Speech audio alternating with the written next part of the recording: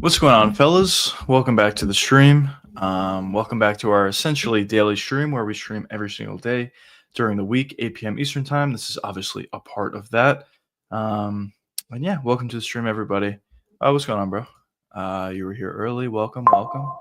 Hopefully you're still here. Let me just get myself situated quickly. Um, but all right. So ever since we talked last, we had a couple things that came out, or actually really just one main thing that came out in terms of news, and then we'll get right into your boys' questions and allow some time for everybody to get into chat. But yeah, this is the first thing that we have that came out today actually, and it's Brendan Royval versus Manel Kape has been rebooked for UFC 323. I believe this is actually not accurate. I believe it's the main event of a fight night. That's unfortunately probably going to be in the Apex. That's what I was hearing, that it was going to be for a card like that. But either way, the fight itself is going to be really good, really fun. Brendan Royval and Manel Kape are both guys that are very fun fighters. This is a fight that I was talking about in a couple of my live streams that I thought should actually be put together. I thought it made a lot of sense. Brendan Royval was, a very high ranking. He was at a certain point, he was a number one contender. Obviously, after he lost to Joshua Van, he was no longer the number one contender, but still, he's a top five guy. And for Manel Kape, I always thought that he was probably like one win away from getting a title shot. And in a fight, between him and a guy that's in the top five, as Brendan Royval is, I think makes a lot of sense, honestly, for both guys. And if Manel Kape gets a win here, he's a legitimate championship contender. And I've said it for a while. I really would like to see Manel Kape fight for the belt. I think he does a lot of things really well out there. Obviously, he has the speed for the flyweight division, but on top of that, he has good power. He's very technical within his striking. He does a lot of good things out there, and I think this is a perfect dance partner for Manel Kape and Brendan Royval, who's obviously goes for it in every fight, as we've seen in a lot of his fights, but especially in his fight versus Joshua Van in the last one. So really good fight announcement. I'm definitely happy about it. I guess we'll get more clarity on exactly which card this is on, but I heard some rumors that it's actually not going to be on UFC 323. It's going to be on a fight night card in the Apex. But regardless, good fight overall. Should be fun. Should be another one of those banger sort of fights that we've been seeing Brendan Royval be in as of late. So good matchmaking for sure. Outside of that, obviously it is fight week for UFC Paris. I had a video come out today about about BSD versus Mauricio Rufy. Obviously, I'm on the side of BSD. I talked about this before in live streams, but basically how I see the fight is it is kind of binary, which I guess a lot of fights are for the most part, but specifically for this fight, I think it's very binary because whoever's able to establish their game plan first is probably going to win the fight. For BSD, I think he has a path to victory for Rufy by being aggressive on the feet, shooting for takedowns, being successful with his takedowns and potentially gassing him out. And for Rufy, his path to victory is counter a very aggressive striker in BSD, which is definitely something that Rufy has done in the past, and the aggressive style of BSD could definitely play into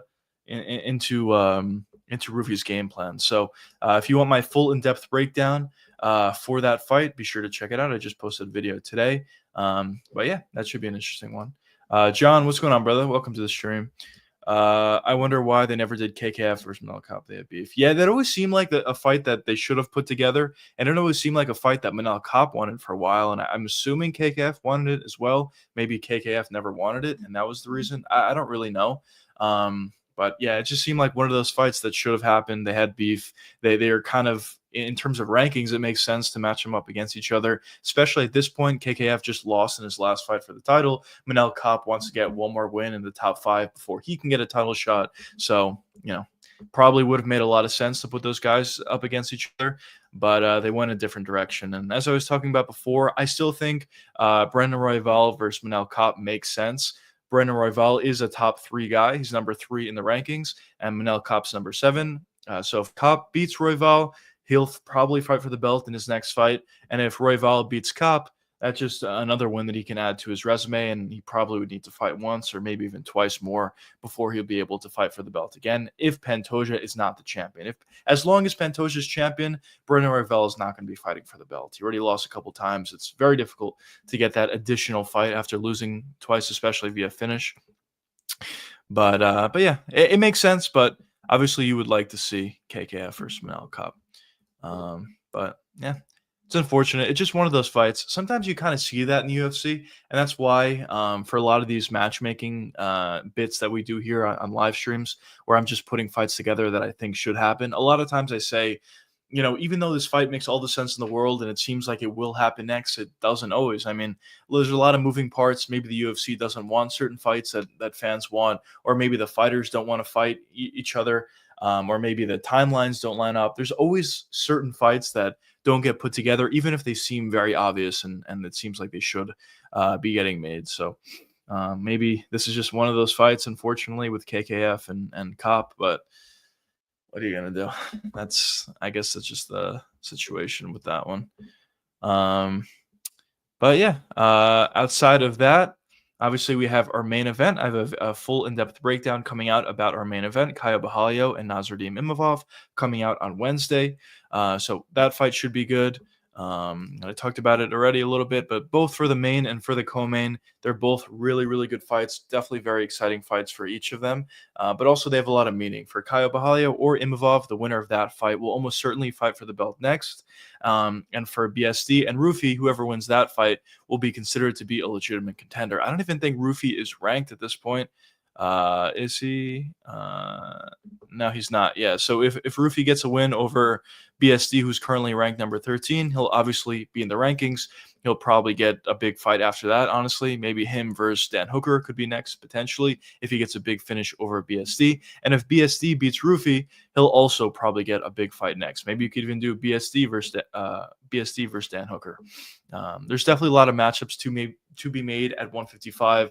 And I guess the good thing about the two men in the co-main event, whoever wins this fight, they do have a lot of options. As I said before, for the lightweight division, there's definitely a lot of really good fighters that don't have fights booked yet.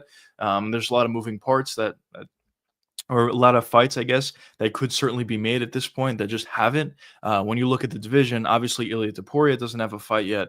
Obviously Max Holloway doesn't have a fight yet. Arman Saryukian, Justin Gaethje, Dan Hooker, Paddy Pimblett. There's so many guys in the top 7, let's say, or even top 6 that just don't have fights booked yet. And you would like to see some of those guys get matched up against each other as number one contenders fights, as just contenders fights in general, to see who could eventually fight for the belt against Ilya Topuria. At this point, it kind of feels like one of these guys is going to need to get one more win before fighting for the belt. But the longer we wait, and the longer we see these guys not get booked against each other, it kind of feels like the UFC may go in a direction where they just give Arman Saryukian the title shot right away, or Justin Gaethje the title shot right away, or even Paddy Pimblett the title shot right away, regardless on whether or not they actually deserve a title shot against Topuria. It just feels like the longer that we don't get a fight booked between these contenders, we're just moving in that sort of direction. But we'll see what happens at the lightweight division. Definitely a lot of fights that need to get made, but the winner of this fight between Rufi and BSD is probably going to answer some questions on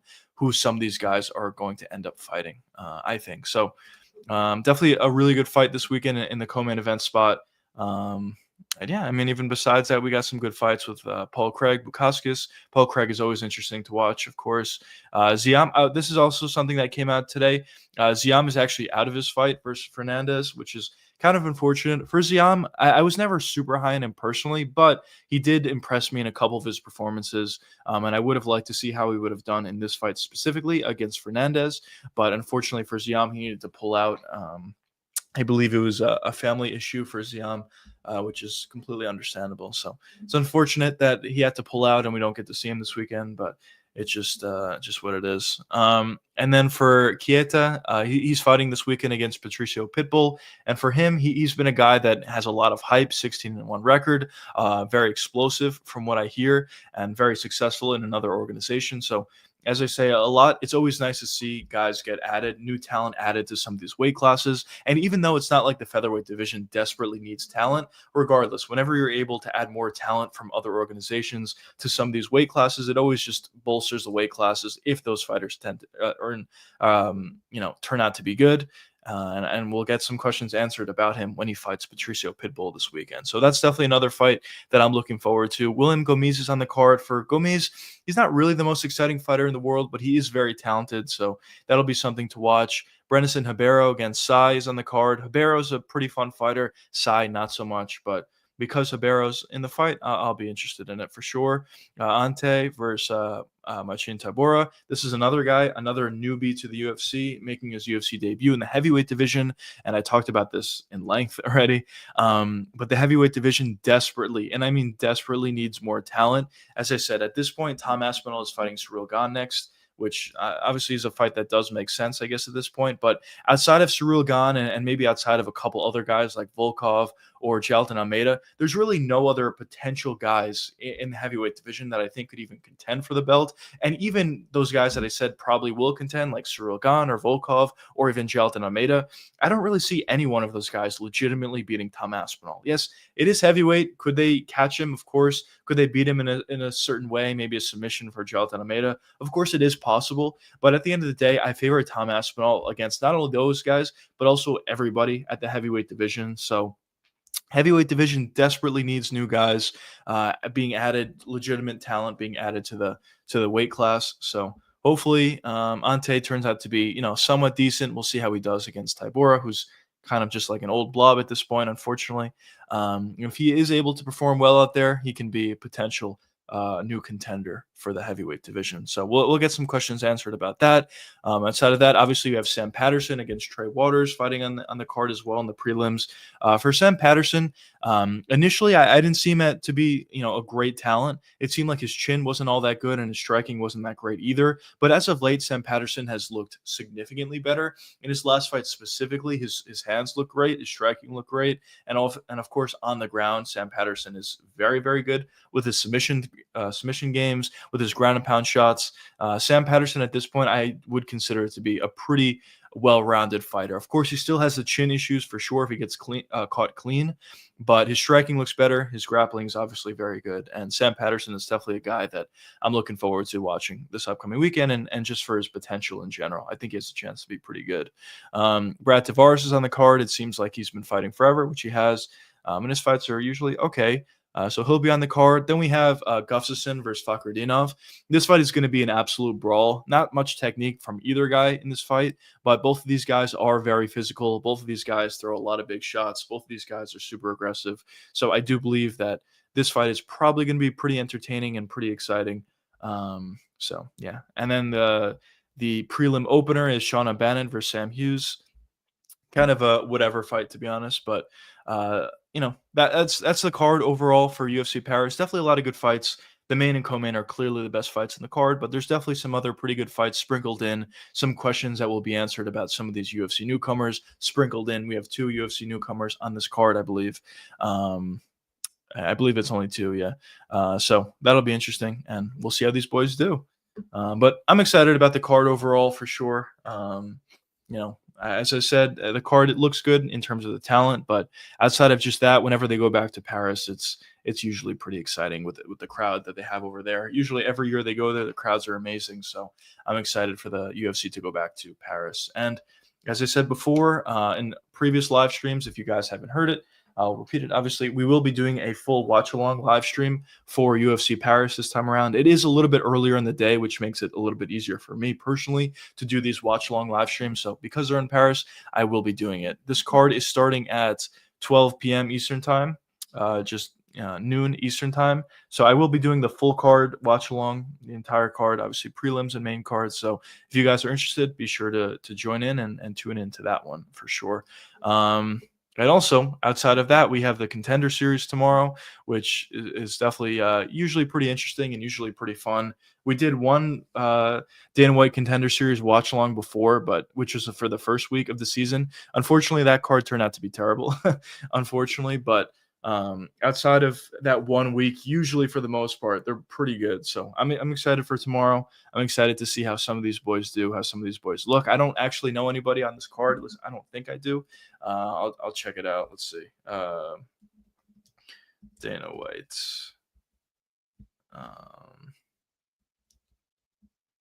But yeah, usually for the most part, I don't know a lot of these guys. I don't really follow too many guys outside of the UFC personally, but the Contender Series is fun just to, watch some of these guys, see how they do. But for this upcoming weekend, or not weekend, for tomorrow, I should say, I don't actually know anybody on this card, but hopefully there's some highly touted prospects. Hopefully there's some guys that impress tomorrow. And Yeah, that's kind of why I really like the Contender Series. It opens up new avenues to new fighters. And also on top of that, usually these guys go for it a little bit more because their contract's on the line or a potential contract is on the line. So it's good motivation for some of these guys. So me personally, I'm pretty happy about the whole Contender Series format. I think it's a good addition, and as a lot of guys in my chat say, whenever there's additional fights being added, it's always a good thing. So I'm excited about that for sure.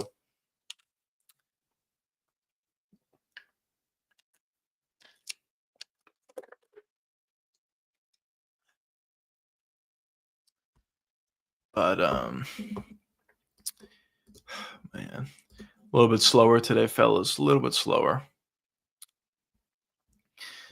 Um, but yeah, we have a press conference that's coming up soon between Tom Aspinall and Surreal Gone, September 5th. So that'll be interesting. This is honestly the first time the UFC is doing this in forever, to be honest. Yeah, in the past, they used to do this all the time where they do press conferences like months out or weeks out before the actual fight was supposed to happen. And I thought it made a lot of sense because you're kind of promoting the fighting and building up excitement around the fight. But at this point, the UFC doesn't do it at all. So the fact that they're doing it for Surreal Gone and Tom Aspinall, which in my opinion is not even that big of a fight, is interesting to see. But it's something that I'm personally happy about. I wish the UFC would do this a little bit more, build some excitement and build some hype around some of these fights, a little bit more than what they're doing. I know a lot of people complain about the push of the UFC and how little they're actually promoting some of these fights and promoting some of their fighters to turn into stars. So this is definitely a step in the right direction. But unfortunately, I kind of feel like this is probably just a one-off as opposed to um, a common thing that the UFC is going to do going forward. But we'll see. I mean, the UFC is signing with Paramount to start next year. So maybe Paramount will push them a little bit more to be a little bit better. I know at this point the UFC is not going to the Apex nearly as much, which is definitely a positive. But there's still some things that the UFC does that a lot of us fans are not too happy about. So maybe starting next year when they move over to Paramount, obviously Paramount is paying them a ton of money and they're going to want to get a good return on their investment. So maybe they'll pressure the UFC a little bit more to make some changes and make the product a little bit better than what it currently is at this point. And maybe some of those changes would involve or would include these press conferences, to bolster the fights and get more excitement around the fights. Kid Low, yo, what's going on, brother? Welcome to the stream. Welcome to the stream. Oh, they're doing a press round, and yeah, they just announced it. It's for the 5th. What is that? Okay, yeah, it's this week. Yeah, it's on Friday. So yeah, they're doing a press conference. Yeah, first time in a while. It is kind of weird though that they're doing it for this fight as opposed to any of the other fights that they had before. Like I don't think they did it. Well, actually, they definitely didn't. They didn't do it for Charles Oliveira versus Ilya Taporia or something like that, a fight of that caliber. But they're doing it for Tom Aspinall against Gane. It's kind of weird, but I guess Tom Aspinall is back after a little bit, and he's officially the undisputed champ. So I don't know. I guess that's part of it.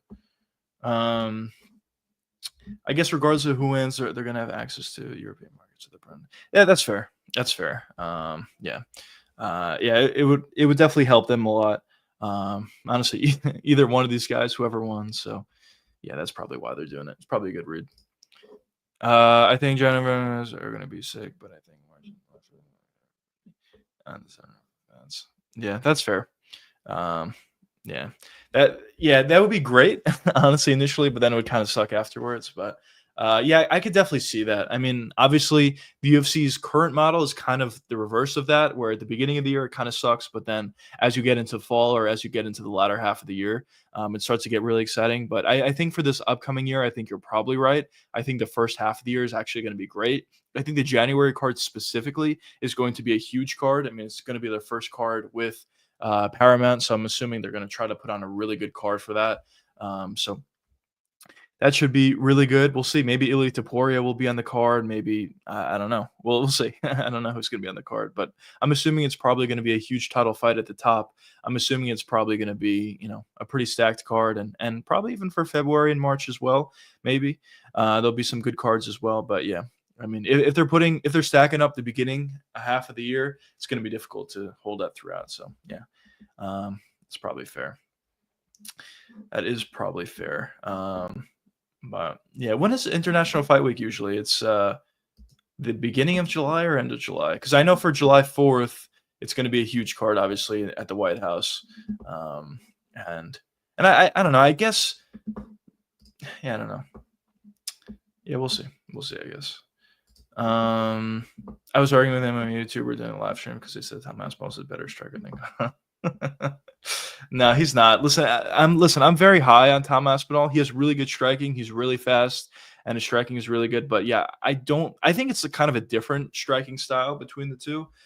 So you could make that argument, but overall, I would say that Cyril Gane is the better striker. He's faster than Tom, although it is relatively close. Tom is really, really fast, but I just think Gane is probably at another level, and I think he's also more technical with his strikes as compared to Tom Aspinall. But with that being said, do I think Tom Aspinall could strike against Cyril Gane? I do think so. I think the easiest path to victory for him is definitely with his grappling, and I think that's probably what he'll look to do relatively early on into the fight. As I said, my prediction is he's probably going to John Jones Cyril Gane, where he'll take him down within the first 2 rounds and probably find a submission. That's how I personally see the fight going. But theoretically, if Tom really wanted to strike with Cyril Gane, I think he could. But overall, I think that would certainly favor Cyril Gane if that, if it was only a striking affair. Surprise, surprise. Yeah. Yeah. But yeah, I do agree with you that Gane is the better striker out of the two.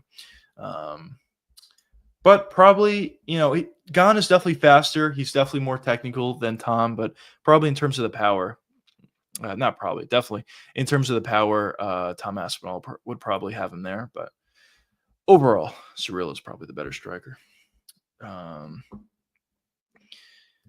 End of June. Okay, yeah, okay, yeah. Yeah. So that makes sense, I guess.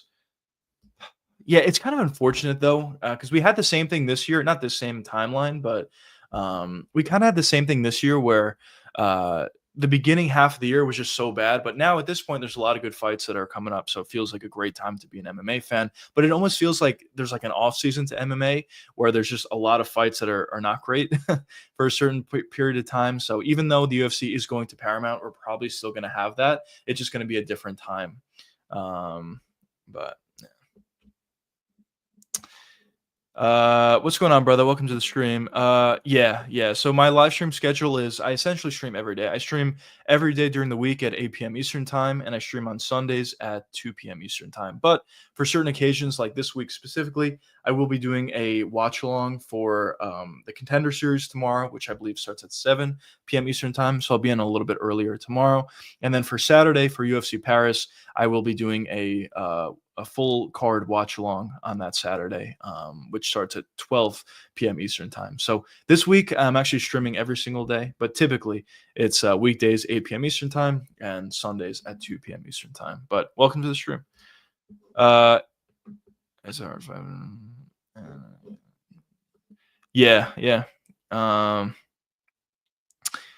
true. That is true. That is definitely true.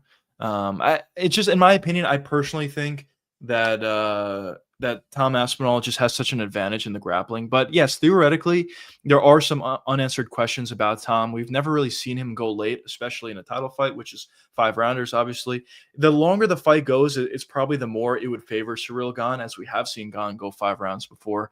And we can't say the same for Tom. So if Gane is able to stop takedowns early, I think that's an amazing sign for Cyril Gane. And as the fight does go longer, it'll only get easier for him to stop takedowns. There is a potential that Tom Aspinall could gas out pretty significantly. He is very fast. He's a fast twitch guy, very explosive. And usually those type of guys don't have great cardio. So yeah, as I said, the later the fight goes, the better it is for Gane. But as I said, I just think it's such a glaring hole or a glaring advantage for Tom Aspinall on the ground. So I'm assuming he'll probably look to grapple a lot and early in the fight. But we'll see. I mean, obviously the John Jones thing happened and it wasn't a great look for Cyril Gane, but that fight was a little bit ago at this point. And I'm assuming that Cyril Gane has made improvements to his takedown defense. So we shall see. We shall see how he does against Tom Aspinall. And I would probably make the argument, not even make the argument, almost definitely that John Jones is a better wrestler than Tom Aspinall. So we'll see. We'll see how he does. There definitely are some questions. But people talk about Aspinall, I was like, yeah, but I'm taking that one down in 3 years. Yeah. Yeah, I agree. He's probably not an elite wrestler, but when you compare it to the heavyweight division, I think he's probably one of the better guys. Now, I don't want to say the best. The best is it's got to be Jailton Almeida, but he's definitely one of the better wrestlers in the division. He's obviously has a significant advantage over Cyril Gahn. Against Volkov, he took him down and submitted him when they fought initially. Against Pavlovich, I'm assuming he could take him down. Versus Curtis Blades, maybe not. Jalton, I don't think he could or even would like to. And then below that, you have a lot of blobs that Tom could certainly take down if he wanted to. But yeah, I guess it's just for MMA standards. But yeah, I mean, you are right. For the most part, in a lot of his fights, he does look to strike. Um, I don't understand how Kape probably cuts more weight than 90% of the rest. Yeah, he's got a lot of muscle on him. It is kind of funny. Yeah, he does cut a lot of weight. Miss weight a bunch of times, or did he ever miss weight, or he just pulled out with injuries? I think he was pulled out with injuries, but maybe weight cut induced, or I don't know. But yeah, it is funny that he cuts a lot of weight, only being 5'5". But Kopp is a guy that I'm personally a fan of. I think he has a very fun style. I think he's also a good fighter. Has pretty good power for the flyweight division. Definitely good striking. His takedown defense is actually elite, in my opinion. That's kind of why I want to see Manel Kopp versus Pantoja. I think that's a really fun fight that the UFC could put together. Not saying Kopp is going to beat Pantoja, because Pantoja may just literally beat everybody for a while. But I do think that's one of the more interesting matchups. Between Kopp and Pantoja. But we'll see. If Kopp beats Brandon Royval, he'll probably get a title shot in his next fight. Almost definitely get a title shot in his next fight, which will make it interesting. But we'll see how Pantoja does against Fan first. Do you see the vibe being striking just mounts, or do you think Thomas? I think Aspinall will grapple early. I'm assuming within the first minute or two, Tom Aspinall will shoot for a takedown. I personally think he'll be successful with it and maybe find a submission from there or ground and pound shots. I don't think it's going to be on the feet that much. As I said, I just think Tom Aspinall has such an advantage in terms of his wrestling over Cyril Gahn. But we'll see. We'll see. I'm assuming it's going to be wrestling. Yeah, Gunn has been training takedown defense and he defended all the takedowns in the past, like Spivak and Spivak's a good grappler. Yeah, that's fair. That's fair. But at the same time, Spivak is nowhere near as explosive as a Tom Aspinall with explosive shots and whatever. But I see your point, and obviously since the John Jones fight, it has been some time. And he obviously has had some time to improve his takedown defense. We've seen guys in the past have terrible takedown defense, and because they're so explosive and athletic, make good adjustments. Peyton Talbot is a good example of that, as in his fight versus Barcelos, it seemed like he couldn't stop a takedown at all. Then very quickly in his next fight, it seemed like his takedown defense was actually very good. So obviously Cyril Gahn is very athletic, and that does give you an advantage.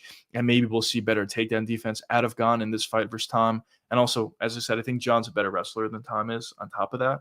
So we'll see what happens, but in my personal opinion, I just think the gap is a little bit too big to cover in that short of a time. And it's not like Tom Aspinall is a really good grappler, but he's not athletic, and Cyril Gahn is very athletic. They're both very athletic and both very explosive. So I think that kind of closes the potential for Cyril Gahn to make significant adjustments here. But we'll see. Miss Wade versus Nicolau, then they were booked it. Yeah, more weight issues. Okay, yeah. That's what I thought. It is weird. Yeah, Cop is just a weird one. It's just a weird one.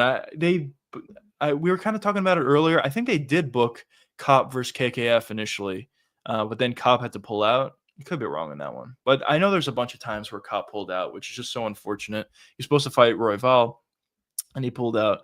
It's just so unfortunate that he's not able to make the weight, or he has injury issues, or both. It's just very weird.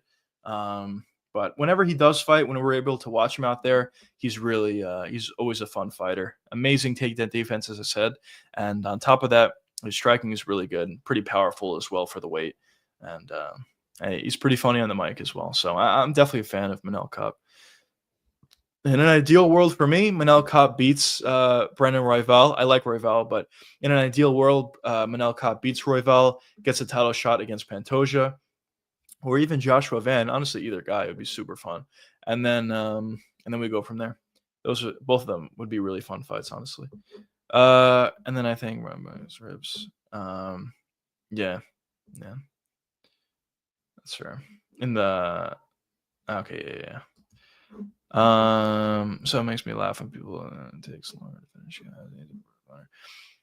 Yeah, I mean, he's definitely like a different style. It doesn't really matter, honestly, if it takes a guy longer to finish someone or not. It's a different style. I mean, Cyril Gahn just has a different striking style than Tom Aspinall. Tom Aspinall is trying to overwhelm you with power and landing big shots and finding first round finishes, but it doesn't mean that he's a better fighter than anybody else because of how quickly or how long it takes for them to finish guys. Obviously, both guys are very dangerous. Gahn is a very dangerous fighter. He finished Tai Tuivasa, and for as bad as you want to say Tai is, which he probably is, he has an amazing chin. So the fact that Gahn was able to finish him in that fight, regardless of how long it took, is pretty impressive. And obviously, Gahn does hit hard. It is the heavyweight division. It's just compared to some other guys, it's just a different style, I'll say. Never really came close to finishing. I wanted to lead him. That's fair. That's fair. It's just like a different style, I guess. But whatever. We'll see. Energy versus KKF. Ooh, that could be a good fight, actually. I think it actually makes sense. KKF is what is he? He's number 6 in the rankings right now, obviously coming off a loss for the belt. And for Charles Johnson, he's number 13. Would be a big step up in competition, but probably deserves it. When you look at the guys he just beat Joshua Van not too long ago, who's fighting for the belt. And he also just beat Loney Kavanaugh, which a lot of people, including myself, think are going to be really good. So big wins for him. Wouldn't mind a big step up in competition for him.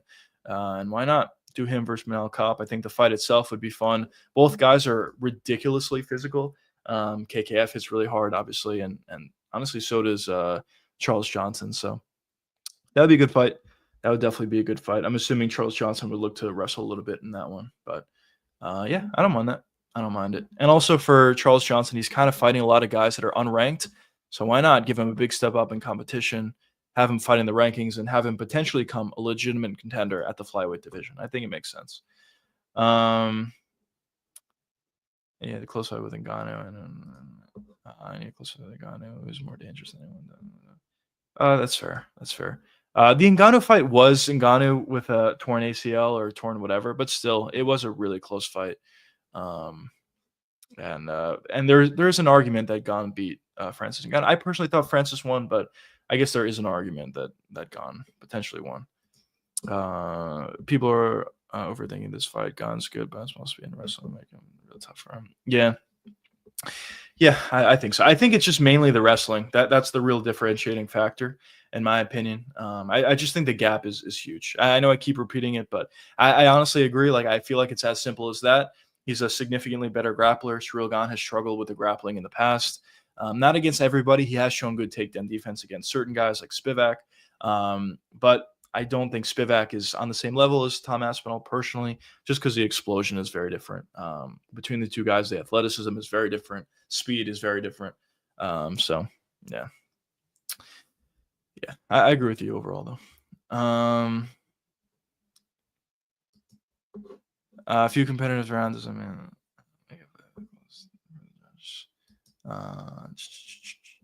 what do you mean? A lot of people thought I won that fight.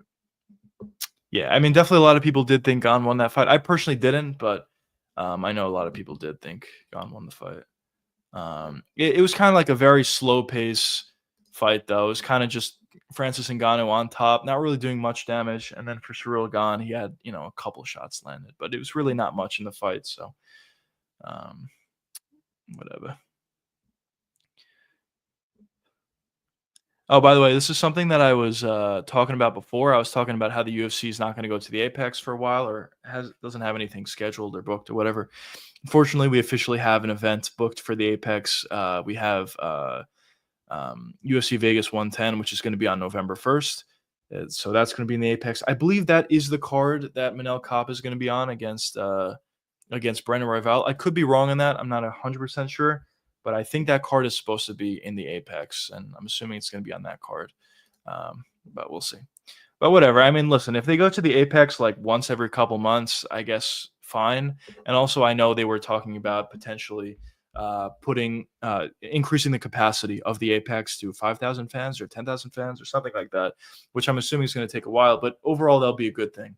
If the capacity was significantly higher for the Apex, I don't think people will complain nearly as much about it. So overall, I do think we're we're kind of going in a good direction for a lot of these issues that a lot of us MMA fans have been complaining about. And even though we do have an Apex card booked for November 1st, we haven't had an Apex card in a little bit. So, and we have a lot of good cards. So, no complaints personally from me.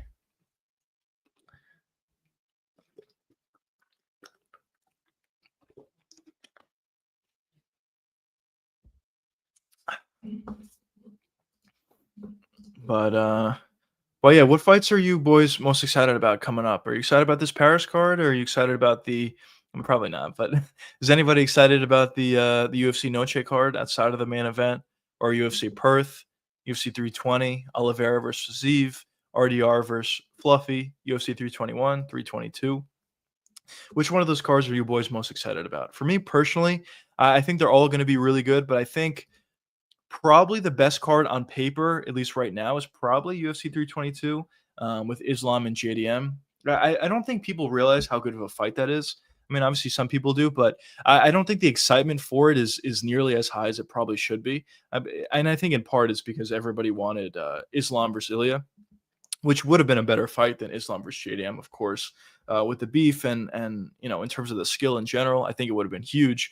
But still, when you in a vacuum, if you watch or if you talk about JDM versus Islam, that's a huge fight. Both of these guys are on very long win streaks, and it'll be a big test for both guys. For Islam, he's moving up to 170. We'll see how he does there. And for JDM, he's going up against a really good grappler. I know he just beat Bilal in pretty decisive fashion in his last fight, which is a great accomplishment for him. But Islam is definitely a better grappler than Bilal. So we'll see how he does. It's definitely a fight that I think is a lot closer than the betting odds would suggest. I believe Islam is like a minus 200 or something like that in that area. So obviously the odds makers don't think it's going to be that close, but my opinion, I think it could be pretty close and probably a pretty good fight. Oh man, I think we're lagging out, boys. I apologize. I know my computer's tweaking out. All right, I think we're good now. Abu Dhabi, the main card is so sick. Yeah, let's double check that. That is 321. Is that card? I believe this is Abu Dhabi. With Tom Aspinall, Cyril Gane. Is that Abu Dhabi? Yeah, I'm pretty sure it is. But yeah, that's a good fight. Jailton Almeida versus Volkov is good. Mozer Khanov versus Rakic is good. Vieira versus Mackenzie Dern is not great at all, actually, but whatever. But yeah, Rakic versus Murzakanov, Volkov versus Almeida, and Tom Aspinall versus Gane are all actually pretty good fights. So yeah, those are pretty good.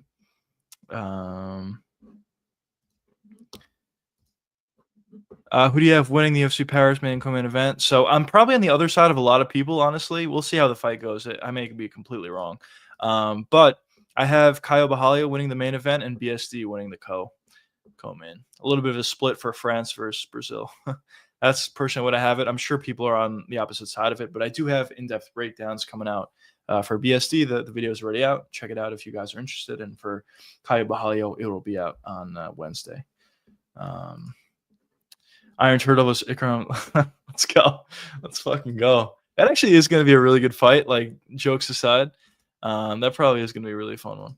So that's definitely another one that I'm excited about.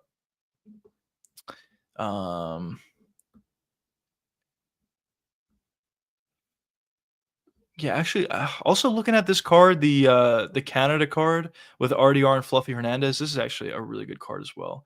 I think RDR's versus Fluffy is obviously an amazing fight, potential number one contender fight. Cheeto Vera versus Eamon Sahabi is kind of like whatever. Cheeto Vera is not the fighter he used to be, or is not nearly perceived to be the fighter that he used to be. Kevin Holland versus Mike Malott is actually kind of a good fight. I don't think either one of them are that good. At one point, I was very high in Kevin Holland, but after his last performance, I don't know. I don't know if I could trust him anymore. He has all the intangibles in the world. He's huge for the welterweight division. He has really good power. His length is tremendous for the weight class. It just seems like he can't put it all together. And I'm sure he'll beat Mike Malott. I would hope he would beat Mike Malott. But going forward, I don't know. I don't really know how many guys he's going to beat at the weight class, unfortunately, which is a complete 180 from where I was just not too long ago. But after his last performance, I thought it was just not a great performance, to be honest. Charles Jourdain versus Davy Grant. Both those guys are usually pretty fun. Davy Grant has honestly been running pretty hot as of late, so that'll be interesting. Drew Dober's on the card, who's usually fun. Yeah, that card's pretty solid. Imavov and BSD, the friends. Yeah, it is possible. We'll see. One thing that I will say, I mean, obviously, I'm on Kaio's side in that fight, but one thing that I will say is Kaio is like a decent favorite, which does surprise me a little bit. I was assuming that everybody would be on Imavov, and from what I've been hearing, most people are on Imavov, but BS or what's this called? Kaio is actually like a minus 140 favorite last time I checked, which is a little weird. Mike Bilot losing. Yeah, he's just not that good, for being honest. His fight, dude, this is the craziest thing ever. I mean, I'm sure most of you guys have saw it. His fight versus what's his face, the Haitian sensation. That was like the weirdest fight in the world, where he was winning the whole fight, and at that point, he actually had like some hype behind his name. And one of my boys actually took the Haitian sensation via third round finish, and I was like, probably not a great chance. I personally don't think that he's all that great, the Haitian sensation, at all. I actually think he's not good, but the fact that he was able to gas out Mike Malott and then finish him was just, it was almost comical. That was an insane performance from both guys. And yeah, it just showed like terrible cardio from Mike Malott, and from there he just never really recovered. Not saying he was great, but even before that, but especially after that, he never really recovered. And obviously at this point, he's not seen to be any sort of legitimate prospect or any sort of guy that has legitimate rankings. But yeah, that's kind of where Mike's at this point. I just October to come already. I just want October to come already. Yeah, October is going to be great for sure. September, yeah, unfortunately September kind of sucks in terms of UFC. There's really nothing good. I mean, this weekend we have a pretty good card for UFC Paris, so that'll be good. But for the Noche card, it's not really good. And then for the last week of September, we have UFC Perth, which is, I would say, solid. I mean, whenever the UFC goes to Perth, it's usually pretty fun. So that's definitely a positive. The main event, I think, is fun. Dominic Reyes and Oldberg. But the co-main event is Junior Tafa versus Ivo Islam. I think both of those guys suck. So it's not a great, it's not great fight to be a co-main event. Jimmy Cruz on the card, which I don't think he's a really good fighter. Neil Magny's on the card, who I was just talking about before. I don't really think he's good either. Jack Jenkins is solid. He's usually fun. Sterling's on the card, who's okay. Bellato against Bellato. Oban Elliott versus Metcalf. Colby Thickness. What a name. It's on the card. It's just, yeah, it's okay. But obviously we don't have any pay-per-view this card, and one of the cards we have for UFC Noche is probably not going to be that great, at least on paper. So yeah, this month might not be great, but as you said, October looks to be amazing. With UFC 320 being the first week, that's the Pereira Magomed Ankalaev, Merab versus Corey Sandhagen, Yuri versus Roundtree. I think out of all the fights that I'm most excited about is JDM Islam, and number 2 would probably be Yuri versus Roundtree. That fight is going to be so big, or so good, I should say. So I'm excited about that. Even Yusuf Zalal versus Josh Emmett's a good fight, in my opinion. Joe Pyfer versus Abus could be a great first round. So that card's going to be great. Oliveira versus Fiziev, that card, the main event's great. The card in general is looking fantastic. So I'm excited for that. RDR versus Fluffy is insanely good. And then to end out the year, Tom versus Rilgan. Honestly, this October may be the best month that we've had like in forever, maybe ever. I don't know. It seems like every card is really good. 2 pay-per-views, and the 2 fight nights that we have are in arenas, and they're cards that are really good from top to bottom. So October is going to be actually insane. And then obviously November, we have a good card, and December, I'm assuming we'll have a really good card as well for the pay-per-views. So, yeah, we just got to get through this month, I guess. But even for this month, we have some decent fights. I think the striking is close, and the grappling will be percent. I think the clean striking move and how close the grappling favors him. Kyle look good later.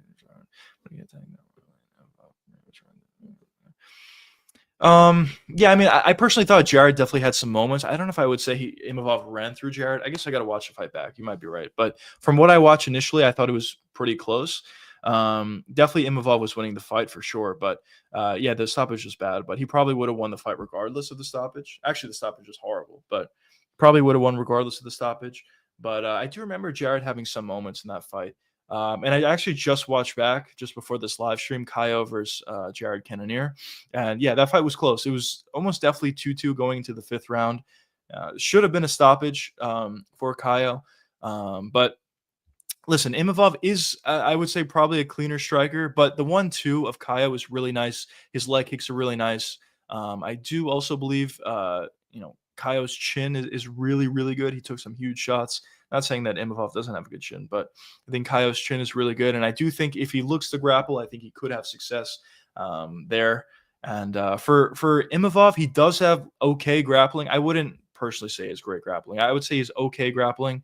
And also, I mentioned this before, I do think he has a propensity to gas a little bit if you pressure him and if you grapple him. So if Kaio does that, which he hasn't done as of late, but theoretically, if he does look to grapple him, I do think there is a path to victory there. But we'll see. We'll see. I saw in another chat that there. Jeez, it's insane. Actually, I guess they're super confident, but what's even the odds on that Aspinall fight? I'm assuming he's like a minus 200 plus at least, right? Let's see. That's a significant bet there, to say the least. Let's see for Tom if it's even out, at least on my book. Tom, what the fuck? No, Tom is a minus 460. That's insane. They're betting that much money.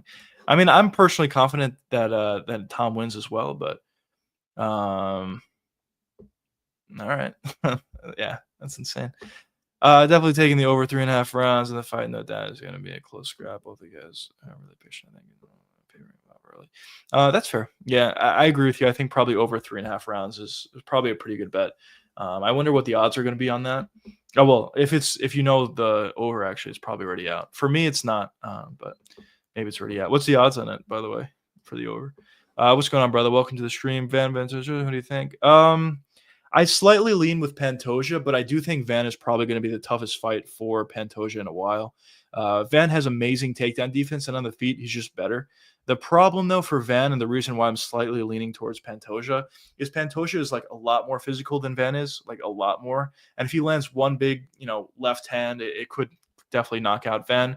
And also, although Van does have great takedown defense, if Pantoja is eventually able to find a takedown, which I think he probably will over the course of a 5-round fight, I think it's going to be very dangerous, and I think it'll be very difficult for Van to survive on the ground. So based on those two factors, grappling as well as physicality, I'm slightly leaning towards Pantoja, but I think the fight is very close. I'm a huge Joshua Van fan.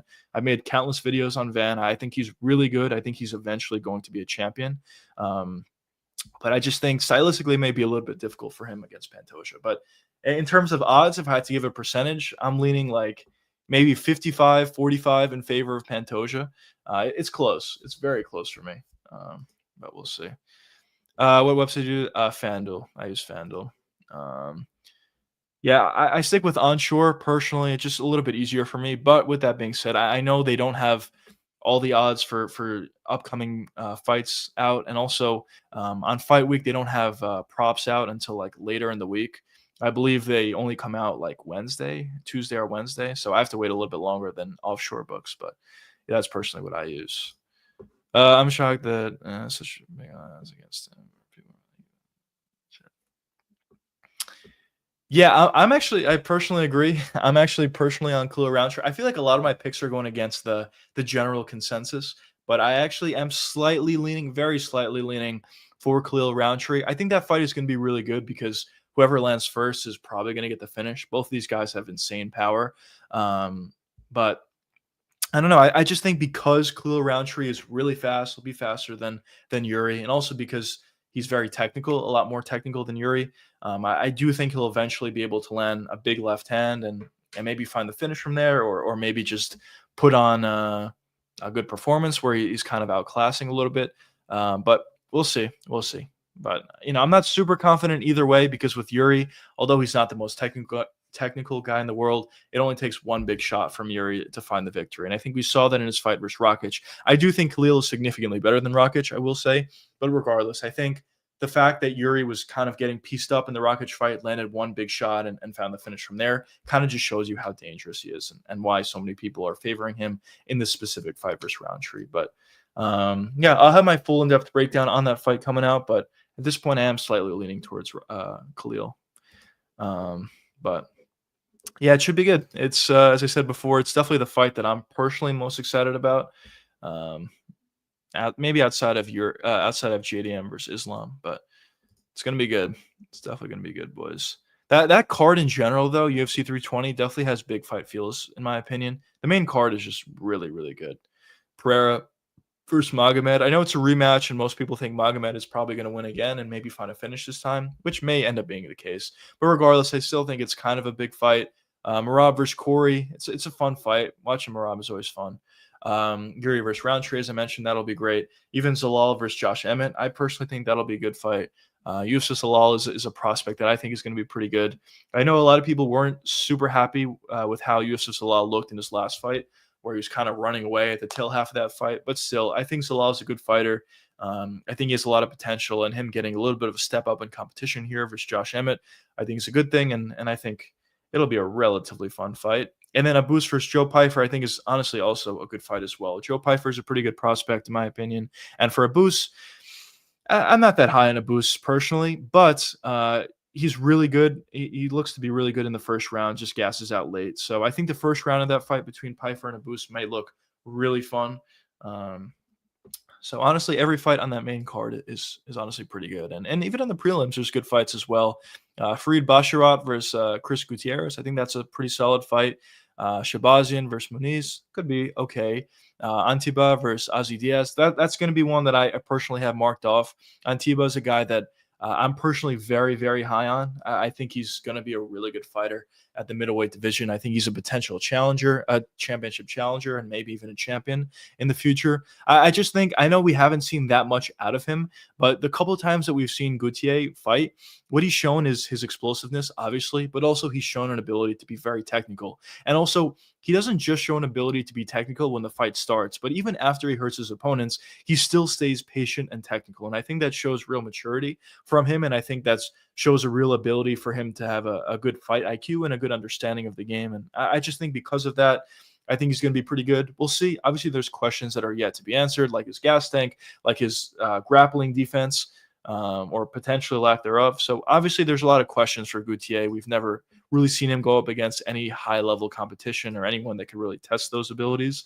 But based on the early signs, I personally think Gautier is going to be really, really good. But we'll see. Even Patchy Mix is on the early prelims. I don't know if this is the official order, but if that is true, that's kind of funny. Obviously, it was an insanely terrible performance from Patchy Mix in his first fight versus Batista. But it would be pretty funny that initially when Patchy got signed to the UFC, he was perceived to be a guy that could potentially contend at the bantamweight division. And because of how bad that performance is, they throw him in the early prelims. As I said, I don't know if it's official that he's on the early prelims, but if that does turn out to be true, that'd be kind of funny to see the difference in public sentiment between fight 1 and fight 2 in the UFC for Patchy. But yeah, that first performance was just so bad. Batista's a good fighter, and losing to Batista is not like, some crazy thing, but it's the way he lost to him. Just very stiff, didn't really do anything. Just a bad performance overall from top to bottom. So yeah, Patchy doesn't appear to be that great of a prospect personally, but I don't personally think. But yeah, card looks to be pretty good, fellas. Pretty good. What's going on, brother? Welcome to the stream. Who do you got? JDM Islam. I slightly lean with JDM personally. Reason being is on the feet, I just think JDM has an advantage. I get people say that Islam has better striking than he's given credit for, underrated striking, which I would agree with. But I think JDM striking is at another level compared to Islam. And in terms of the grappling, JDM showed a good ability to stop takedowns against Bilal. And yes, I do get it that Islam is a better grappler than Bilal is, but I personally think that JDM is only going to make improvements upon that. I also think the way that he has a high guard in fights actually helps him stop takedowns, where he kind of utilizes his high guard to stop takedowns in one motion, as opposed to guys striking, then looking to stop takedowns. I complain about that all the time, but it kind of takes away from your game. But for JDM, it's all in one motion. It's a high guard immediately to a takedown, to stopping takedowns. So I think because of that sort of style he has, he'll be able to stop takedowns a little bit better and a little bit more fluidly than some other fighters. And if the fight's on the feet, as I said, I just think that's JDM's world. He'll be able to put combos together. I think he'll be able to land big shots, and I think in the end he'll get the victory. JDM via decision is my prediction. I have a full in-depth breakdown about it out already on my channel if you're interested. But yeah, that's my, I guess, spark notes for who I think is going to win. Who's going to ban? I think there's a real chance that they put Ilia Topuria on the first fight of 2026. Obviously, they're going to be with Paramount, so they have all the incentives in the world to make that first fight, that first pay-per-view card or numbered card. I guess it's not going to be pay-per-views anymore, but that first number card in January, they have all the incentive in the world to make it huge. So I'm assuming Topuria is probably going to be on the card. Who's he going to be fighting? We don't really know. The three guys that he could potentially fight would be Justin, Patty, or Armin. It's got to be one of those three guys. But the question that I would have at this point is, who? I guess that's the question. The guy that makes the most sense to get the title shot is Armin, obviously.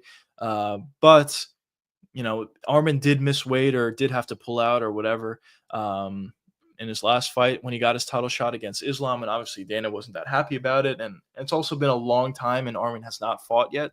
So I do hear people, saying that he probably shouldn't deserve it or he won't get it because Dana's not happy with him because of that, which may or may not be true. But I think the longer it goes where we don't see Justin or Patty fight, either fight each other or fight anybody, I think the higher likelihood we see Ilia Topuria just fight Armin Tsarukyan.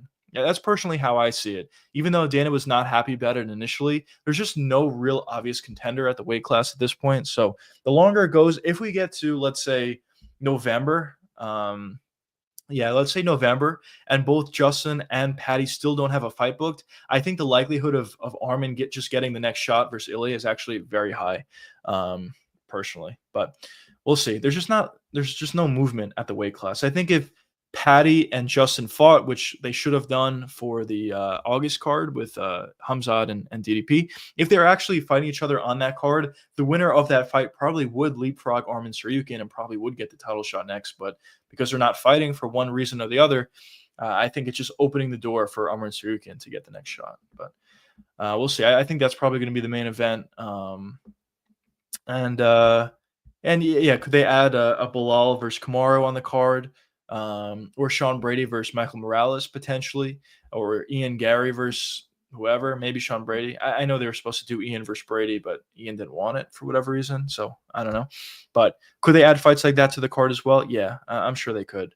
So if I had to predict for the January card, Topuria is going to be the main event.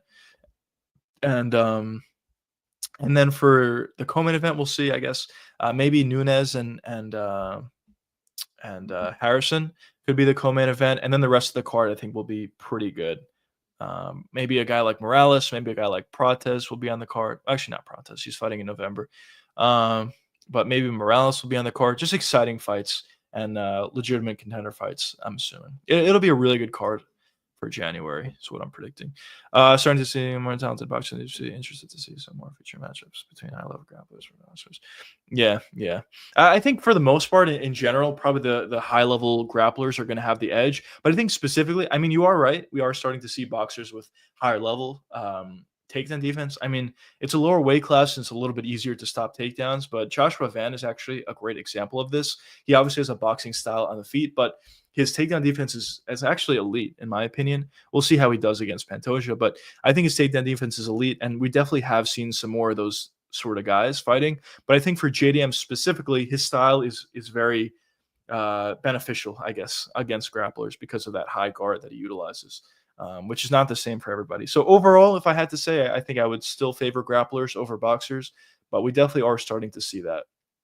And honestly, if you look back, like just a few years ago, a lot of these guys boxers or just strikers in general were having a lot of issues stopping takedowns. They would get taken down relatively easily by these high level grapplers, and they would get held down as well. But now, when you look at it, a lot of these guys, boxers or just strikers in general, a lot of them are doing a great job at not only stopping takedowns, but if they do get taken down, they're getting right back up. So grappling in 2025 is a lot more difficult than it was in the past.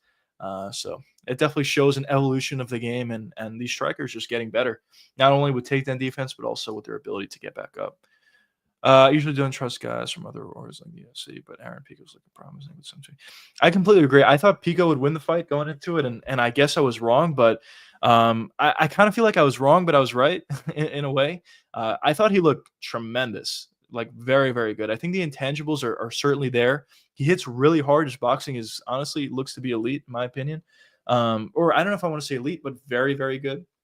His body shot is elite. His ability to put together combinations was elite. The power of Aaron Pico was definitely giving Lerone Murphy some trouble. I mean, he said it himself after the fight, and even his wrestling was looking pretty good. He was taking down Lerone relatively easily as well. The problem with Aaron Pico, though, is as good as he looked in that fight and as good as he's looked in other fights in PFL or Bellator, the problem with him is getting knocked out, which is exactly what we saw. He's just a little bit too aggressive, and I heard Henry Cejudo talk about this a little bit, but he has to do a better job at not constantly throwing himself into the fire where he can take counter shots. He needs to be a little bit more patient at times. He can use that aggressive style for sure, that pressure style, that aggressive style for sure, but he needs to be a little bit more intelligent and a little bit more patient than what he's shown. And if he's able to make a few adjustments, like you said, I do think he could be really good because all the intangibles are there. He has great wrestling. He hits ridiculously hard. His striking is tremendous, specifically his boxing. So there's a lot of things to really like about Aaron Pico, and yeah, I think with a couple of adjustments, he could be a champion. I really do think so. But if he doesn't make adjustments, I think he'll still be good. He'll just get knocked out a couple of times throughout his UFC career. I wish we were would build up more people come out to the UFC.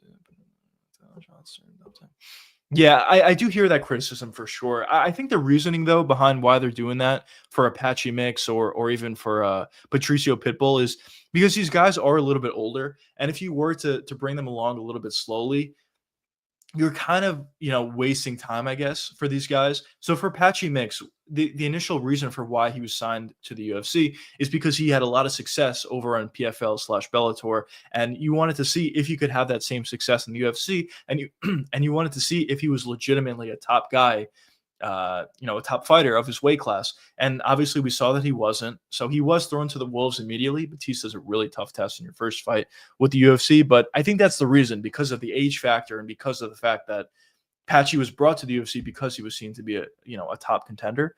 And I think for Pitbull, a similar thing is true just because he is a little bit older. And if you bring these guys along slowly, as I said, I think you're kind of just wasting time. If they're good, they're good. If they're not good, they're not good. If you match these guys up against an unranked guy or someone who's, number 15th ranked in the world, depending on who that guy is, of course. But if you match them up against somebody like that, it's going to take them more time to get to the title. So I guess it depends on how old they are. But if they are older guys like Pitbull specifically, I kind of see why they kind of try to, move him along quickly. And if he beat Yair Rodriguez, obviously he didn't, but theoretically, if he beat Yair, then all of a sudden he gets a title shot in his next fight. But if you moved him along slowly, he would need to get 2 or 3, maybe even 4 wins before he gets a title shot. So I think that's the reasoning behind it. But with that being said, I do hear the criticism of, maybe we should bring these guys along a little bit slower, build up their confidence a little bit in the UFC. It's a completely different sport, honestly, than the PFL, completely different league than the PFL. Just because it's such a, it's just so much bigger. And there's so many more fans at the arenas, at the press conferences. The fights themselves just feel a lot bigger than they do for the PFL. And guys talk about it all the time. Outside of MVP, there's been a lot of guys that came over from the PFL that, looked to be nervous. Aaron Pico is another guy. He looked nervous when he was when he was in the press conference. It didn't really matter. I don't think he fought nervous or anything like that. I think that's just how he normally fights. But yeah, guys talk about it all the time. It's a little bit different fighting in the UFC compared to other organizations for sure. So yeah, but that's the reasoning I think for why we've been seeing that. But yeah, I mean, because I think there's definitely been examples of guys they've brought in from other organizations that are a little bit younger that they've brought along a little bit slower. Um, but yeah, recently I guess some of these Bellator slash PFL guys have been pushed along very quickly. Um, but yeah. By the way, what do you boys think about Patchy Mix? I know his initial performance was like ridiculously terrible, but do you think he's actually terrible, or do you think he was just nervous, or it's just a bad performance, tough opponent? Um, I don't know. That was such a weird performance. I mean, I've seen a couple of his fights in Bellator or PFL, and I didn't think he was horrible. I don't know. I kind of felt like he was just nervous out there. I don't really know. Not saying he's championship caliber because I don't think he is, even if he's at his best. But at least in the UFC. But I don't know. I just thought that performance was so weird. Man, let's go, John. um, Asakura won. Okay, yeah. Yeah. That guy completely destroyed my parlay. Yeah, Asakura was a guy that surprised me actually. When he lost to Pantoja and he got submitted, everyone was like, "Oh, this guy has literally no grappling," and it didn't appear that he had great grappling, obviously. But I thought going into the fight or after the fight, I should say, getting taken down and submitted by Pantoja is not really something to be, you know, that concerned about. I mean, he's doing it to literally everybody. But in his last fight, Kai really surprised me a lot. The fact that he lost that fight where he definitely should have won. Um, it's definitely a bit concerning to me. And, for him going forward, I think all his stock is essentially dead at this point. Tim Elliott is like an okay fighter, obviously, is a relatively good grappler, but that's a guy that Kai Sakura should definitely beat, especially considering that Tim hasn't fought in forever. And Kai was looking kind of good early, but as soon as Tim Elliott found one takedown, literally one takedown, you knew it was over because Kai was just fighting differently, and it also appeared that he wasn't able to stop takedowns. So yeah, Kai is definitely not a guy that I think is going to be good anymore. At one point, I thought he could be decent, but he literally has zero takedown defense, which is not great. Maybe you match him up against a striker, he'll have success, but anybody that has some level of grappling will just be able to take him down. To be fair to him, we know that. Yeah, I think that's fair. I think that is fair. Batista is really good. I know we had the Aldo thing, and everyone hates him for the Aldo performance. It wasn't a great look, I will say, but Batista is legitimately good. He's very fast on the feet. He has good striking. His wrestling is even solid. So that's why I'm excited to see Batista versus Umar. I actually think it's going to be a good fight. I do lean with Umar, but I think Batista is definitely underrated and a guy that could surprise guys. Not necessarily saying that he'll win, but maybe surprise guys by making the fight a little bit closer than people would expect. So yeah, we'll see how Patchy Mix looks in his next fight coming up not too soon from now. And yeah, if he looks really bad again, then yeah, that's it. Patchy Mix just sucks. Um, but yeah, I think it's probably a combination of Batista being good alongside with UFC jitters for Patchy Mix of why he looked that bad. Like I don't think he's that bad of a fighter from what he showed. So I'm assuming that's probably what it is, and we'll see how he looks in his next fight, as I said. But if he looks really bad again, then yeah, that's it. That's it for Patchy Mix, and it'll be a failed signing for the UFC. Maybe from there they'll let him go, or maybe they'll maybe give him one more chance before they let him go. But yeah, definitely not amazing for Patchy Mix. Definitely not amazing.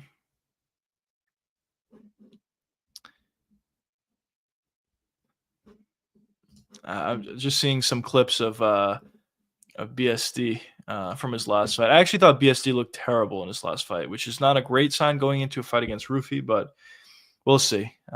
If the old BSD can come back, which who knows if he could, but if the old BSD can come back, I think it could be interesting.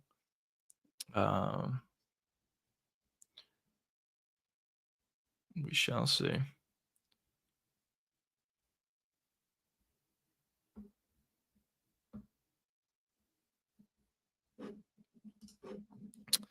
But what do you boys think of Aaron Pico? Do you think Aaron Pico could legitimately become a champion, or do you think he's just gonna continue to get knocked out?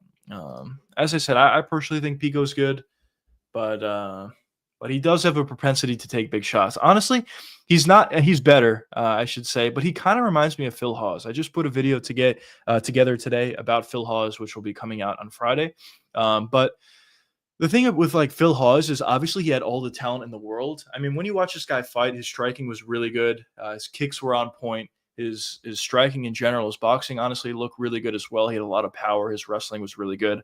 But the problem with Phil Hawes is for one, he had no chin, but for two, he always got hit. He always found a way to get hit. And a lot of his fights that he's been in, he's winning the majority of the fight until he wasn't, until he got caught.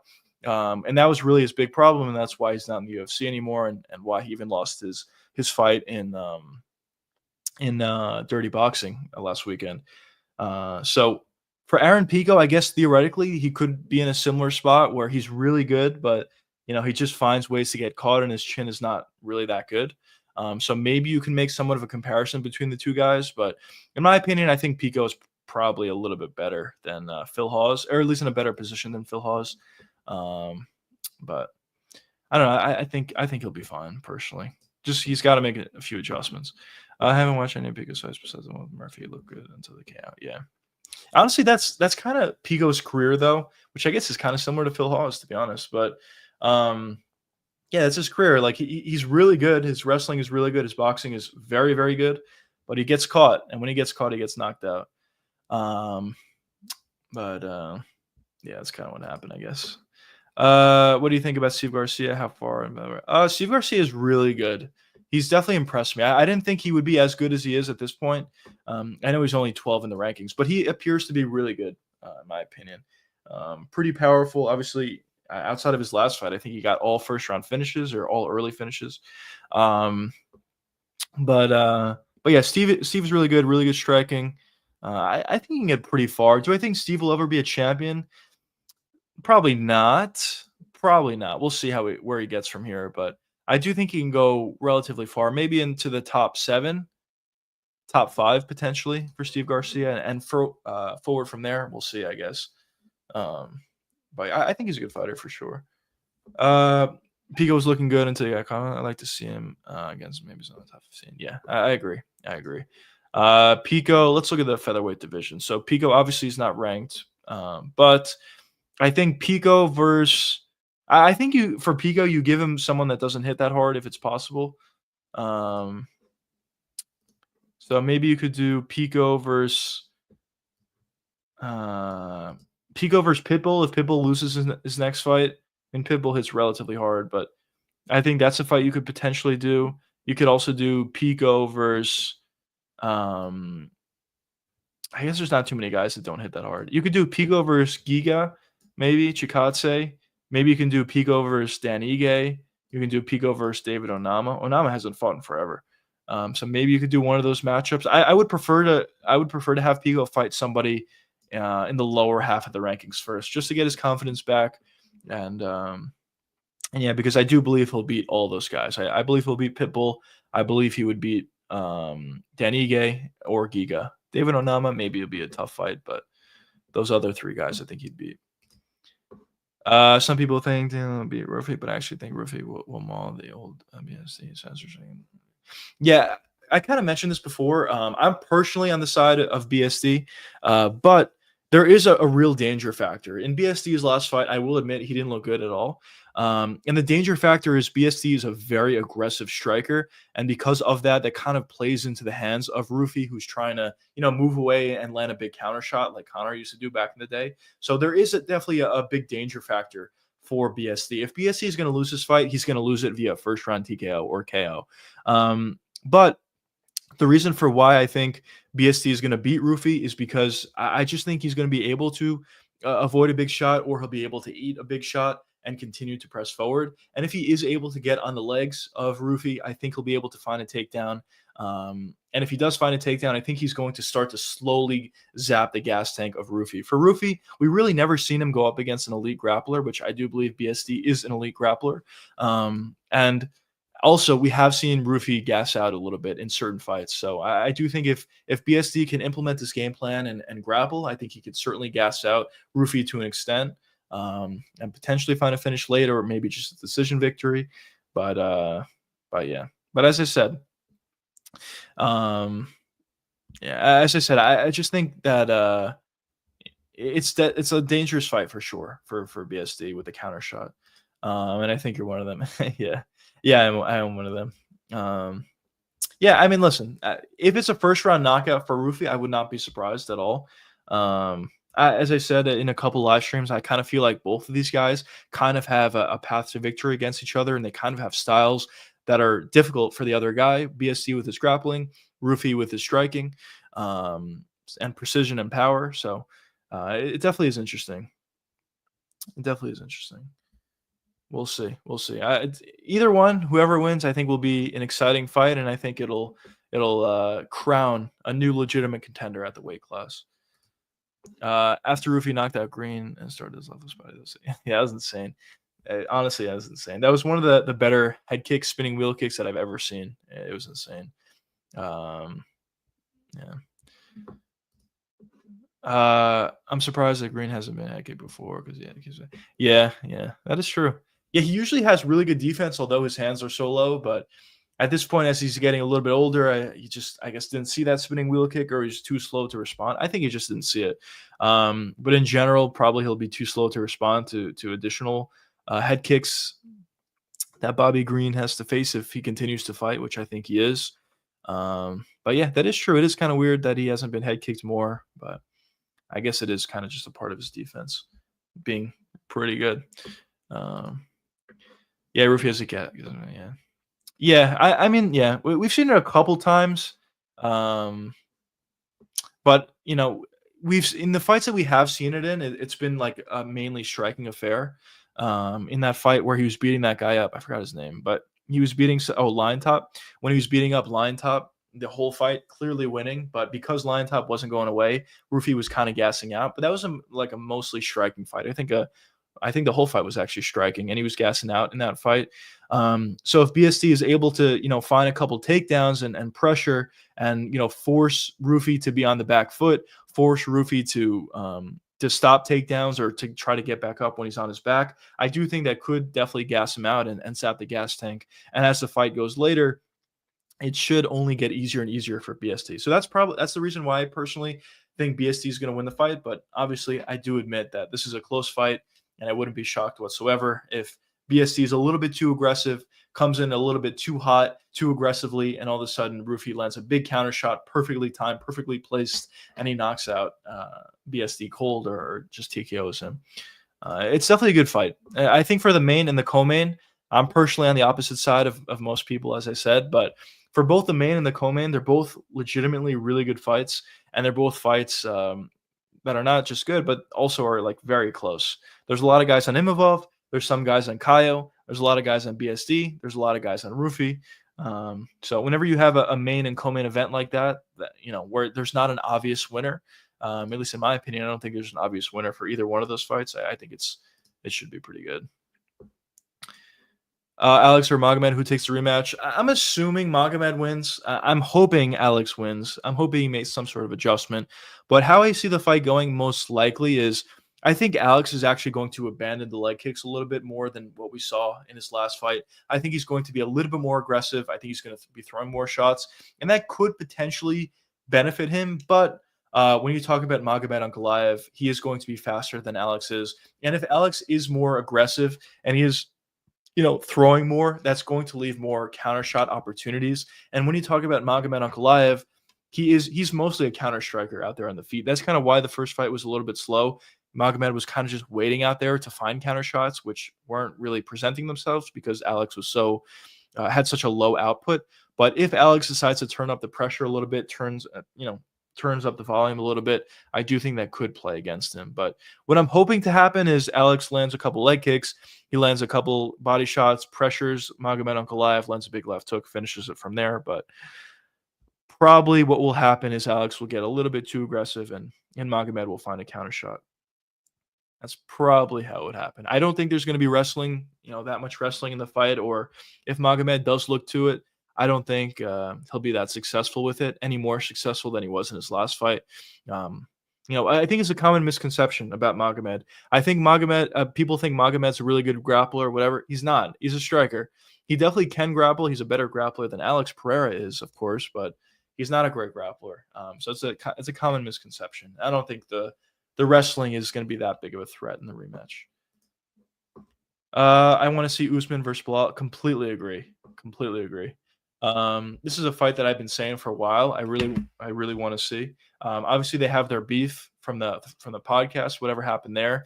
Also, Usman is coming off a win, a big win, and Bilal is coming off a loss. Bilal is the number one contender. Usman is number 5 or 6, whatever he is. If put the fight together, it makes all the sense in the world in terms of the beef, in terms of the rankings. Both guys are former champions. Why not put the fight together? And if Usman beats Bilal, he should get a title shot in his next fight after that, which would be crazy to see. So I agree with you. I think this fight makes all the sense in the world. I think it should be like a co-main event for a pay-per-view, or maybe you can even do a main event of a fight night in an arena. One of those two, I think, would make a lot of sense. Um, but yeah, I think it makes a lot of sense. I would like to see this fight being 5 rounds as well, potentially. But yeah, I don't know. We'll see what they decide to do. I heard some rumors of Shavkat potentially fighting Bilal next. So I don't know what they're looking to do there. But in terms of the fight that I think is very obvious, I agree with you. It's Bilal and Usman. Podcast scuffle approved the rivalry. Time to settle in the octa. Yeah, I agree. I completely agree. When you have beef, you got to put these fights together, especially if they make sense. We talked about it before a little bit, but Manel Kape versus KKF clearly had a beef. And in terms of rankings or whatever, it also clearly made sense for the UFC to put that fight together. But for one reason or the other, we never saw that fight, which is unfortunate. They kind of missed out on an opportunity, in my opinion. So when you have another one of those opportunities here between Usman and Bilal, I think you take it. And as I said, in terms of the rankings, it makes all the sense in the world. So I would like to see the fight happen. But the UFC doesn't always take these opportunities, unfortunately. Even Yair versus Diego Lopez. Like, how do you not make that fight?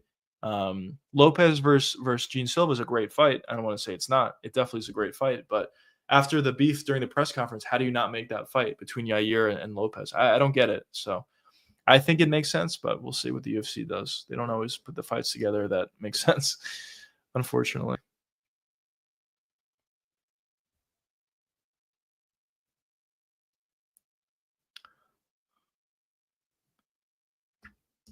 The fuck? All right.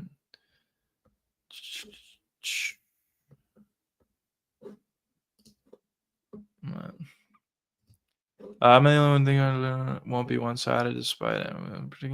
Yeah, I personally think Prates is going to win the fight. But I mean, Leon is obviously he has a lot more experience. I've always said this forever. Leon Edwards is extremely talented, and I think he's could be I mean, obviously he was a champion already, but I think he could continue to be a champion or could still be a champion if his mindset was better. The problem with Leon is he has no confidence at all in himself. If he has any sort of bad round, he'll lose all his confidence. If anything, goes against him, if he gets taken down, if he gets hit with a big shot, he'll lose all his confidence. And I think that's a big reason for why I'm leaning with Prates. I think Leon is going to be on the back foot in this fight. And that's exactly where Prates wants the fight to be held at. And I think Prates will just land a big shot and knock out Leon. But I don't know. I guess we'll see. I mean, this is a big step up in competition for Prates and for Leon. I mean, he has the more experience, obviously. So we'll see. We'll see if Leon's able to grapple. I just think it'll be tough for him to grapple if he's on the back foot, which he normally is, and Prates is usually on the pressure. So I just think stylistically it could be difficult, but we'll see. I'm definitely really excited for the fight. How do you think Bilal versus Fluffy at middleweight goes? I think Fluffy would get it done. He would have the size advantage, of course, for one. And yes, Bilal does have really good cardio, but I always personally saw Bilal as like a budget Colby Covington. I thought his striking was worse than Colby, although probably not true anymore. His striking looks better. But at a certain point, I thought his striking was worse than Colby. I thought his gas tank was worse than Colby, although it was really good. And I thought his wrestling was also a little bit worse than Colby. So, and I'm talking about prime Colby, not current Colby, obviously. So I do think Bilal does some things well. He has good gas tank. He has good wrestling. He has good striking. But he'll be at a size disadvantage in this one versus Fluffy. Fluffy's cardio, I think, is at another level compared to Bilal's. And I think his grappling is honestly probably even better as well. So I lean with Fluffy via decision. I don't think he would gas up Bilal the way he does some other guys and get a late round finish. I think it'll probably be a decision. but I think he'll be able to implement his game plan pretty effectively. I'll put it that way. The thing about Fluffy, the reason why I think somebody could eventually beat him, maybe RDR is that guy, is he's a little bit soft to the body. And I think a guy with big power, or a really nice body shot like RDR has, kind of has both big power to the body as well as a really nice body shot. I think he could lose to that, but for Bilal, he doesn't really have big power, so to say the least. So I think it's a tough fight for him against Fluffy, especially a bigger guy like Fluffy. Whenever Leon fights, it just seems like he's sleepwalking. Yeah, yeah, it's so frustrating. I thought going into his last fight versus Sean Brady, he would win the fight. And it was frustrating because he was doing well early, but as soon as he got taken down and he was getting dominated a little bit on the ground, but it is what it is. It was one round. But after that first round, just seeing him on the stool as dejected as he looked, it just I don't know what to say. It's just ridiculous that a guy has been fighting for so long and at one point was a champion of his weight class and still is a legitimate top contender. For him to lose confidence that quickly in a fight like that for Sean Brady by just getting taken down and held down for a round is just so odd for me to see. Um, and it's just like ridiculous. Even in his fight versus Kamaru Usman, where he won, he looked very dejected on the stools. Like not only in that fifth round or going into that fifth round, but also in a lot of the other rounds as well. He just loses confidence very quickly. It's very frustrating because, as I said, he's very talented. He's a great striker.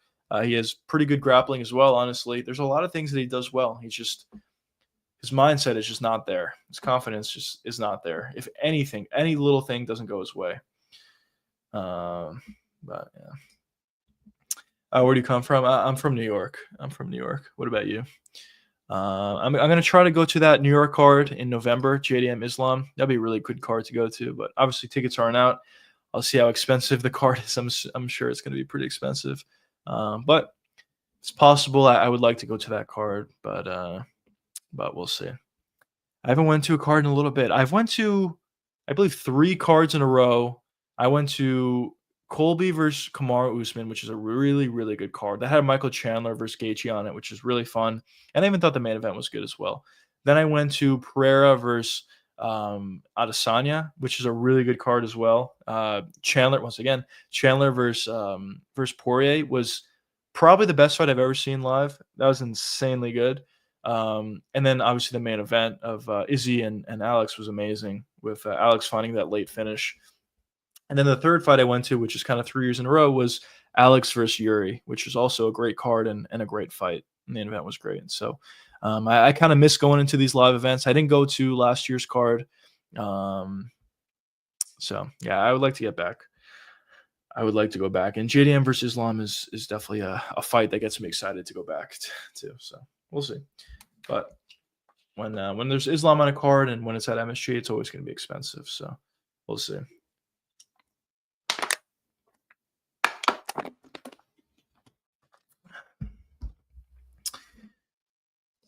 DiCaprio poster, big fan. Yeah. I mean, he's definitely in a lot of movies that I really like. Wolf of Wall Street was one of my favorite movies ever. So yeah, I am. But I kind of just like the poster. But I'm gonna be moving soon in like a month from now, and I'll have a new room, a new setup, and everything. So I was thinking about I'm probably gonna remove this poster and probably put some UFC poster up. It's kind of just more my interest at this point. Anyway, so yeah, I do like him. He has some really good movies for sure. Um, but yeah, I'm kind of excited to get a new setup. To be honest, just kind of configure things and a way that I would like it. So yeah. Um, UFC poster would be way cool. Yeah, it would be. It would be. It's just the problem is I have a couple of UFC posters in my basement, usually like where I watch fights, at my current house. But the problem with the posters, they're huge. Like I wouldn't be able to fit it here, so I would have to figure out some other poster, smaller size poster, to get into my new room, new setup. So I'll figure it out. But yeah, I think I'm going to remove this little painting. But yeah. We'll get there, fellas, though. We will get there.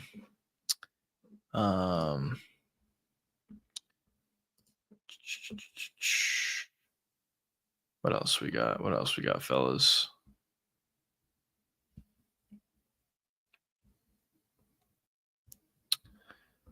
I'm just excited. I kind of just want to get to the card, to be honest, for the Paris card. I'm excited. I think it's going to be good. And even for tomorrow, I'm excited for the for what's it called, the contender series. I think that probably should be pretty good as well. Yeah. Which Leonardo DiCaprio? Wolf of Wall Street. Wolf of Wall Street. That's my favorite. Also, Catch Me If You Can was really good. I think that's what it's called. When he was a con artist, that was a really good one. Yeah, I'm pretty sure it's Catch Me If You Can. Yeah, there's a lot of them. A lot of movies that are good. For show, for show. Yeah, let's look at some odds. So for this weekend, let's see if any odds change from the last time I checked it. Barrow's still a big underdog. Pitbull is a relatively big underdog, but I've heard some really good things about Kieta. So I've heard he's supposed to be really good. But we'll see. Mine is Shutter Island. Do you catch up on? I've never seen it. I haven't watched that many movies. My friends always bash on me for that, and I definitely have to watch more. So I haven't seen it, but I've heard it's really good, and I would like to watch it. That's about the insane asylum, right? I heard it's really good. But yeah, I would like to watch that. BST, wow, BST is a bigger underdog now. Caio Bahalio is a bigger favorite than he was. All right. Yes, honestly, some pretty good value for this weekend. For me personally, there's no props out yet, as it's only Monday. It'll probably be out by tomorrow or Wednesday for me, so I'll have a better understanding of what plays are going to take for this upcoming weekend. I will say that I do have a membership if you guys want to join my channel membership. What I do offer is soon. I'm not starting it yet, but I will be starting it soon. Every Friday will be member only live streams, as well as every single card. I will be giving out free picks for every single fight, and I will be giving out picks for or bet picks that I like for each week. So those are just some benefits of becoming a member. Obviously, no obligation, but if you guys are interested, those are some of the perks. Wasn't Joel Alvarez BSC supposed to happen a few months ago? Who do you think would have won that? Yeah, it was supposed to happen a few months ago. I think probably Joel Alvarez would have won. Only reason I say that is because BSC looks so bad in that fight that was supposed to be against Alvarez. So I'm slightly leaning towards that. But if BSD was right, I think it's a really close fight. Personally, I think Joel is definitely really good. But if BSD was pressuring Joel Alvarez, I think that would kind of nullify a lot of the things that Alvarez does really well. So BSD that's right, I think beats Alvarez. But the BSD that we saw that night, I think Alvarez probably beats him. And who do you think Joel should fight next? Yeah, so Joel he moved up already. I believe, to 170. Probably. So Alvarez is currently ranked number 15 at lightweight, but I heard he's moving up to welterweight. So maybe you can give him a Daniel Rodriguez, maybe. I think that kind of makes sense. Somebody lower in the rankings at the welterweight division. Maybe you give him an unranked guy, but I think Daniel Rodriguez kind of makes sense if he is indeed moving up. But if he's staying at the weight class, you could do Alvarez versus Moicano. I think that makes sense. Why not? Or you could do Alvarez versus Michael Chandler even. I don't know if Chandler would accept it, but I think that makes sense. One of those two fights, depending on what weight class he goes to. But I'm pretty sure he's moving up. Darren fuck Luke up. Yeah. Darren Till absolutely fucked him off. That was really bad. I talked about this a lot, but I'm really happy for Darren Till. Not just only in this fight, but in general. He's really found a niche for himself where he's able to fight, guys that are worse than him in boxing, and he's making millions of dollars while doing so. I heard he's making a lot of money over there in Misfits, so good for him. And Darren Till is a great fighter. I mean, people forget, man. This guy was like 44-0 or whatever the record is, but something ridiculous in Muay Thai. When he doesn't need to worry about takedowns, Darren Till is very, very good. And I think we saw that in the fight against Luke. Not saying that Luke is an amazing boxer, obviously not. But we saw how good he could potentially do in a boxing fight versus Luke alongside with some other guys. And if you look back at some of his Muay Thai fights, I mean, this guy is a very elite striker with great power as well. So, yeah, good performance from Darren. for Luke, I mean, he should probably just retire. He said he was going to retire a while ago, and it just kind of continuing to do some of these like have these other fights, and he's kind of been getting knocked out a couple times, especially in the Till fight. But yeah, he should probably just retire at this point. He had a good career. He was a champion. Just go out on that. And Tony, yeah, Tony got the win there. That was amazing to watch. I was really surprised. I thought Salt Poppy would probably find a win or maybe even a knockout. One thing I will say though about Tony is everybody thought that he would get knocked out, and his chin is a little bit softer than what it was, or a lot softer than what it was, which it probably is a little bit softer than what it was, but Tony's chin still is really good. If you looked at some of his fights after the Michael Chandler fight, yeah, it's probably not as good as it was before the Michael Chandler fight or before the Justin Gaethje fight, but still, his chin still is pretty good. He took big shots against Salt Poppy. He took big shots against some of his other fights that he was in, and he was fine. So I didn't think his chin would be a problem. I just thought he'd be too old and slow, but he pressured effectively. Honestly, did some good things in the fight. Showed a pretty good ability to be relatively defensively sound, which is not something I think I ever said ever about Tony Ferguson. But he did good things in that fight, and eventually was able to flurry on Salt Poppy, and he was able to get the finish. I thought the stoppage was absolutely atrocious, but who cares? I mean, Tony won in 2025. Everybody rejoices. Everybody's happy. So that's fine. I even think Salt Poppy is probably happy to an extent. Maybe not, but Tony getting a victory is just a good thing. So I was happy to see that he got the victory. But yeah, that card was pretty good. What did you guys think of that card? I thought it was pretty good considering there was no UFC that weekend, and um, and yeah, I don't know. I just thought it was pretty good because there's no UFC that weekend, and also some of the fights were pretty good, and some of the names were pretty good. Dylan Dennis getting a submission in the first second. Darren Till absolutely fucking up Luke Rockhold. That was a fun fight. And the Tony Ferguson one, just seeing Tony win was great. And the fight itself, I would say, was relatively fun. So I was happy with the card overall.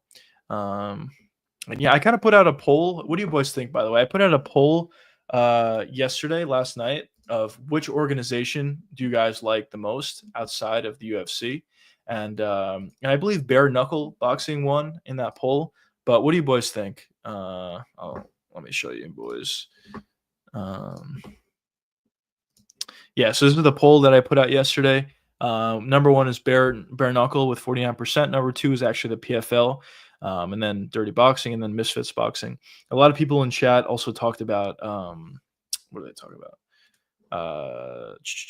One Championship. The thing about One Championship is I don't think they do MMA anymore. That's why I didn't add them in. But when they were doing it, they were pretty good.